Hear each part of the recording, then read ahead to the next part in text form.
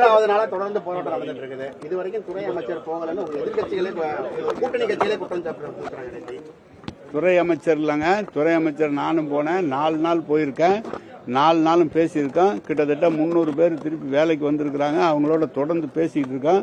நீதிமன்றத்தில் வழக்கு இருக்கிற காரணத்தால் அந்த வழக்கை பிடிச்சிட்டு அவங்க வரேன்னு சொல்லியிருக்கிறாங்க. நேற்று கூட எல்லா இடத்துலையும் பேசிட்டு தான் வந்திருக்கோம். தலைவர் முதலமைச்சர் அதை சுமூகமாக தீர்க்கறதுக்கு எல்லா ஏற்பாடுகளும் செய்து. அதெல்லாம் ஒன்றும் இல்லைங்க, அதெல்லாம் ஒன்றும் இல்லைங்க.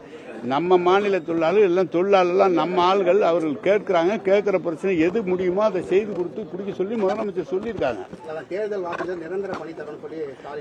அதெல்லாம் இல்லை நிரந்தரப்படுத்துறதுக்கெல்லாம் அது முதலமைச்சர் பார்த்து முடிவெடுக்கும். நிரந்தரப்படுத்த இப்ப சொன்னார், நேற்று அதிமுக அமைச்சர் சொல்லியிருக்காரு 17,000 பேரை நாங்கள் நிரந்தரப்படுத்தியிருக்கோம் அப்படின்லாம் சொல்லியிருக்காரு. ஆனால் துப்புரவு பணியாளர் என்று போடப்பட்டு அவர்கள் எல்லாம் துப்புரவு பணிக்காக போகவில்லை. கோயம்புத்தூர் மாநகராட்சியிலும் துப்புரவு பணியாளர் எடுத்து 380 பேரை ஒரே நாளில் பதவி முடிகிற காலத்தில் எடுத்து அவர்கள் போட்டிருக்கிறார்கள். நீதிமன்றத்தினுடைய பேப்பரில் அரேஞ்ச் பண்ணி எந்த துப்புரவு பணியாளரும் அவங்க போடல. துப்புரவு பணியாளர் என்பது நாடு முழுவத பிரச்சனை. அது தலைவர் பார்த்து முடிவெடுப்போம், நாங்கள் பார்த்து முடிவெடுப்போம். இவங்க சொல்றது மாதிரி ஒரே நாளில் செய்கிற காரியம் இல்லை. கொஞ்சம் நாள் கால அவகாசம் வேண்டும். துப்புரவு தொழிலாளர் அடுத்த ஆளில் நம்ம தொழிலாளிகள் அது அவங்களோட தான் நாங்கள் பேசிக்கிட்டு இருக்கோம். அவங்களுக்கு தேவையானதை செய்து தர சொல்லி நிச்சயமாக முதலமைச்சர் சொல்லியிருக்காரு. பேச்சுவார்த்தையில் முடிவு செய்யப்படும்.